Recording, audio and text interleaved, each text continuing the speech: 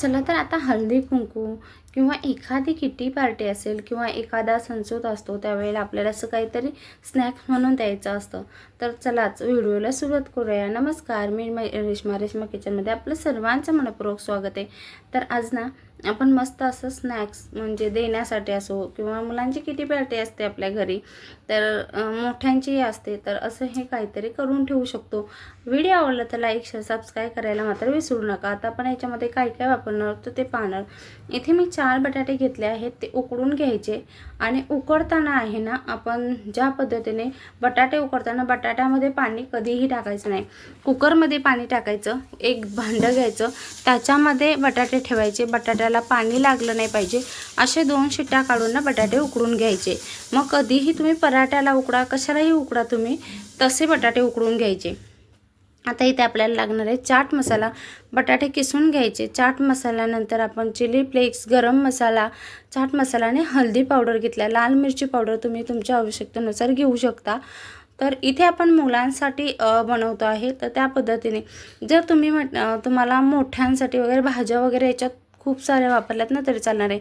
जसं की गाजर, शिमला मिरची असते, त्याचबरोबर आपण मटार, आपण मका अशा गोष्टींना उकडून ह्याच्यामध्ये वापरू शकतो.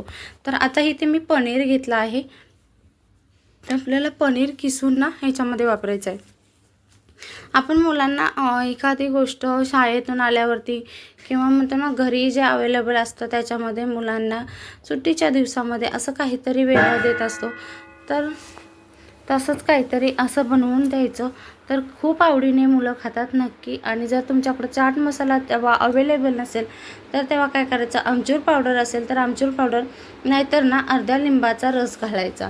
कारण त्यांनी ना थोडंसं आंबटपणा आणि चटपटीतपणा उतरतं. तर खूप टेस्टी असे हे छोटे छोटे मिनी बॉल्स ना तयार होतात. स्नॅक बनवतोय तर खूप टेस्टी असे तयार होतात मुलांसाठी.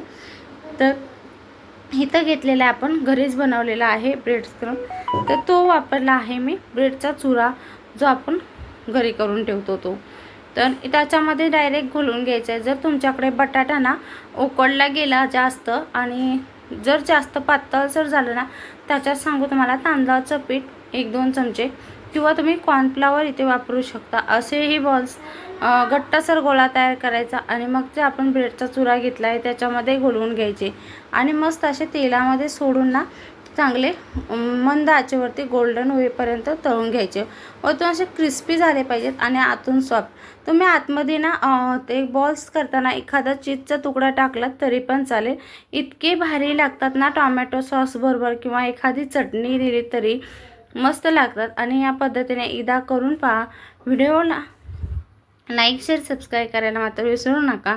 आणि पूर्ण व्हिडिओ पाहिलात त्याबद्दल खूप खूप मनापासून धन्यवाद. एकदम टेस्टी असे तयार होतात.